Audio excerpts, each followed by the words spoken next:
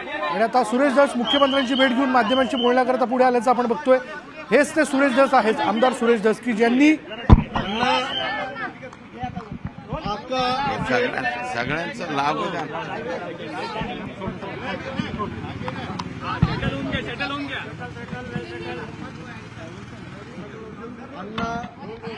वाल्मिक कराड अखेर शरण आलेले आहेत, काय सांगाल?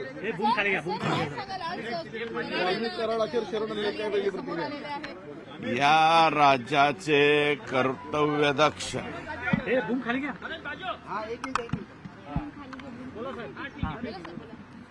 या राज्याचे कर्तव्यदक्ष मुख्यमंत्री सन्माननीय देवेंद्रजी फडणवीस साहेब यांनी घेतलेल्या ॲक्शनमुळं, दाखवलेल्या तत्परतेमुळं शेवटी सीआयडीच्या समोर वाल्मिक कराड यांना शरण यावं लागलेलं आहे।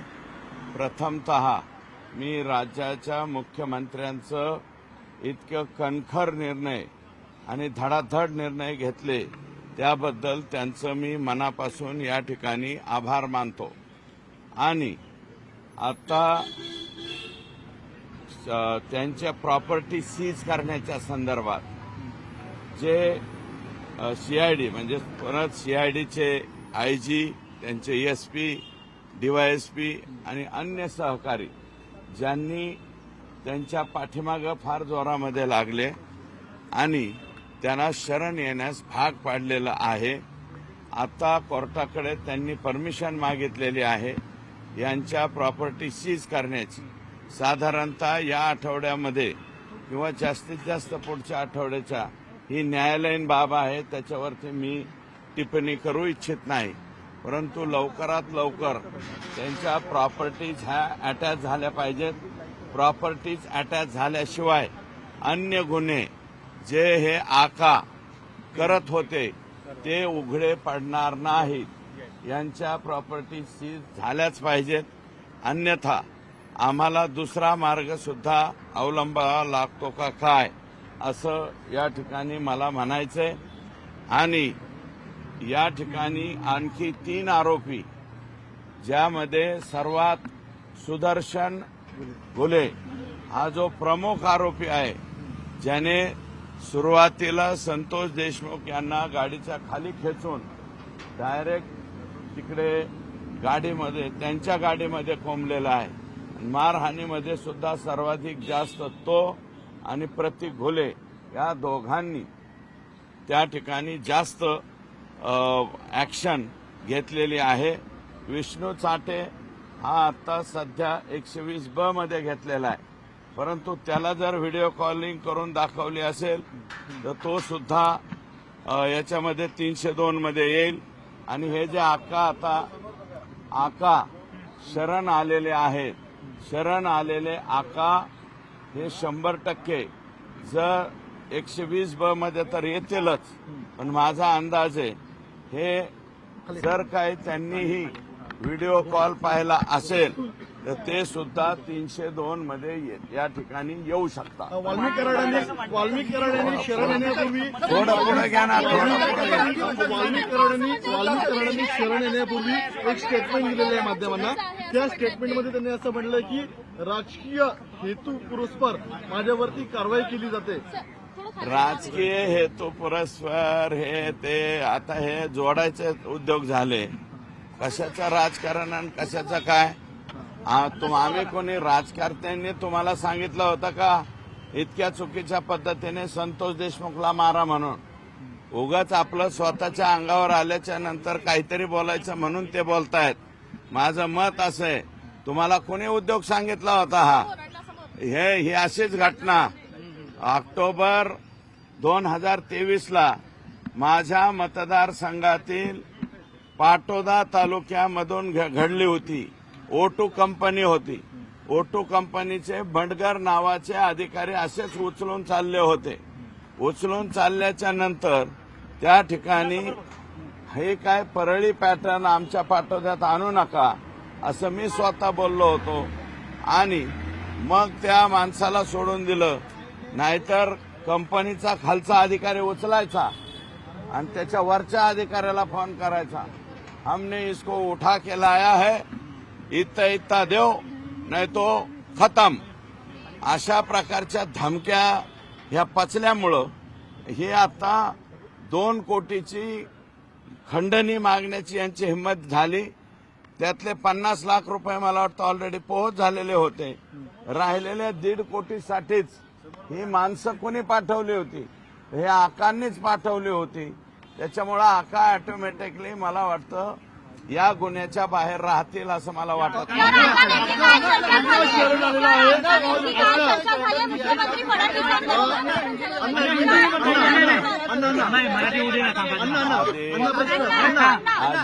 माय मराठी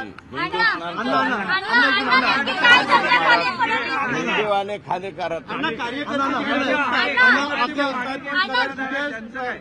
पोलिसांना माहिती नसतं, यंत्रणेला माहिती नसतं. सरेंडर व्हायच्या आधी कार्यकर्ते आधी पोहोचतात. कम्युनिकेशन सुरू होतं का कार्यकर्ते लावलं पाहिजे? याच्या मोका तर माननीय मुख्यमंत्री महोदयांनी मोक्याची घोषणा केलेली आहे.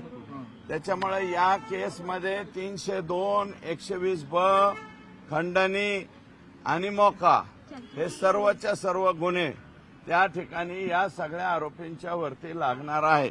हे मी नाही, राज्याच्या सर्वोच्च व्यक्तीने ही घोषणा केलेली आहे. त्याच्यामुळे मोका लावण्याचा प्रश्न भेटतात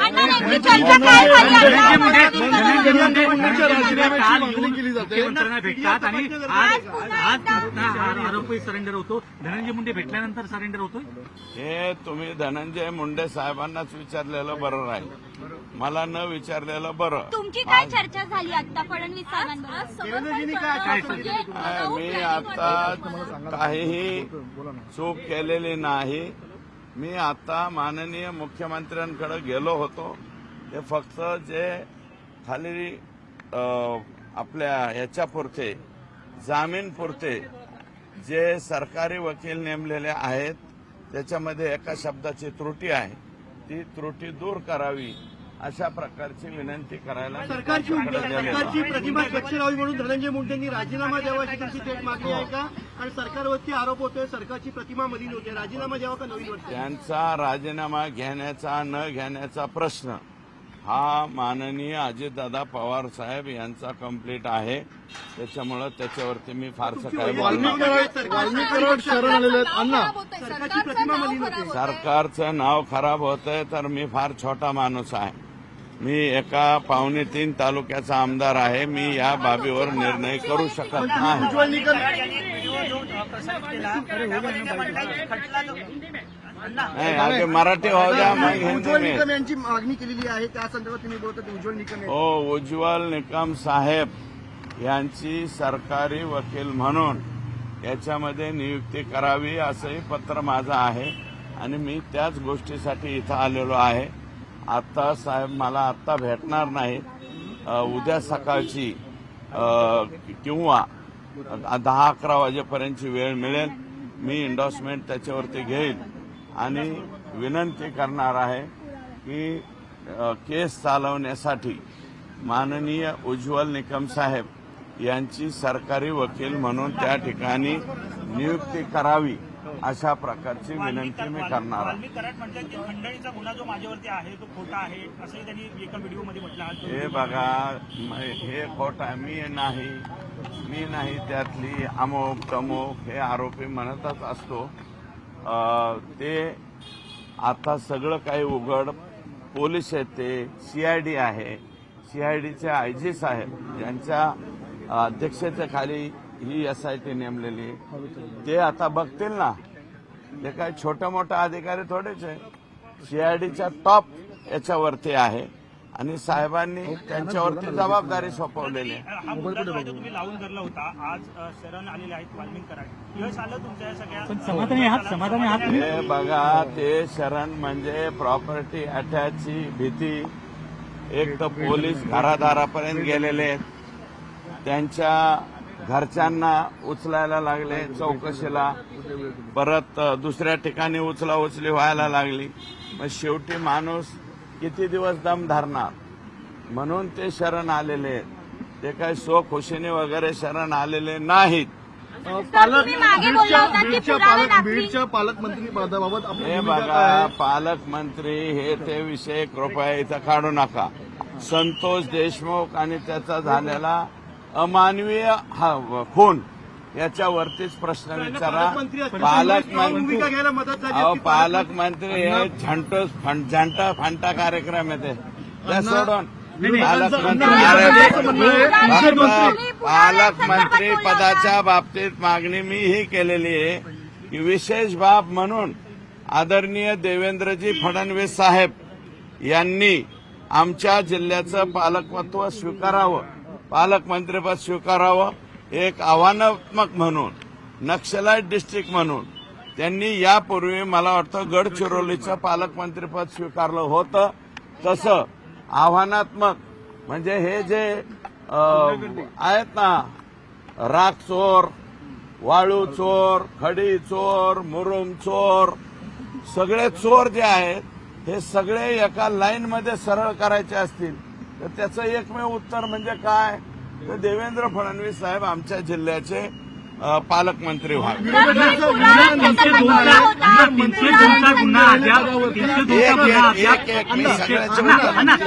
चार जण बोलल्यावर मी काय बोलू शकतो? 302चा गुन्हा अद्याप दाखल केलेला नाही वाल्मिक करारवर. हे बघा, इन्व्हेस्टिगेशनच्या अगोदरच गुन्हा कसा 302 होईल? इन्व्हेस्टिगेशन होऊ द्या ना. इन्व्हेस्टिगेशन झाल्याच्या नंतर गुन्हा दाखल होईल ना. अजून इन्व्हेस्टिगेशन होऊ द्या. 120B मध्ये बसतात का 302 मध्ये बसतात का मोकामध्ये बसतात, कोणत्या तरी कलमामध्ये ते बसणारच आहेत. फक्त खंडणीमध्ये नाही, इतर गुन्ह्यामध्ये सुद्धा येतील ना ते, पण इन्व्हेस्टिगेशन होऊ द्या ना. परंतु आका जे आहेत ते मात्र अजून सही सलामत वाटतात का? आकाचे आता तुमचा एक घेतला ना, त्यांचा एक. लास्ट प्रश्न. आका जे आहेत ते मात्र सही सलामत दिसत आहेत, अजून देखील बाहेर आहेत, मंत्रीपद अजून देखील मंत्रिपदावर आहेत. आकाचे आकांवरती मी बोललेलो नाही, त्यांच्या पक्षाचे मंत्री बोललेले आहेत. माझं म्हणणं एकच आहे, आकाचे आकांना किमान हे इन्व्हेस्टिगेशन होईपर्यंत आणि हे चार्जशीट दाखल होईपर्यंत आकाचे आकांना बिन खात्याचं मंत्री करावं अशी त्यांच्याच पक्षाचे आमदार प्रकाश सोळंके यांची मागणी आहे. सर, तुम्ही पुराव्यांसंदर्भात बोलला होता. सीआईडी के सामने कई दिनों से खराब चल रहे थे आप लोग